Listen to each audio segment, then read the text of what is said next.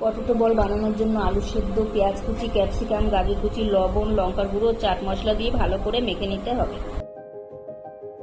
3 piece পাউরুটি আমি মিক্সিতে দিয়ে ঘুরিয়ে নিয়েছি, ঘুরিয়ে ব্রেড ক্রাম্ব বানিয়ে নিয়েছি। এখানে আমি চিজ ছোট ছোট টুকরো করে কেটে নিয়েছি। আমি কিছুটা আলুর মিশ্রণ হাতে নিয়ে নিলাম, নিয়ে একটু বাটির মতন করে নিচ্ছি। তারপর এক টুকরো চিজের ভিতরে দিয়ে গোল বলের মতন করে নেব। একটা বল নিচ্ছি, এখানে ডিমের মধ্যে আমি চুবিয়ে নিচ্ছি। তারপরে এখানে ব্রেড ক্রাম্ব দিয়ে কোট করে নিচ্ছি। এইভাবে সবগুলো বানিয়ে নেব। কড়াইতে তেল গরম করে এখন একটা একটা বল আমি ছেড়ে দিচ্ছি।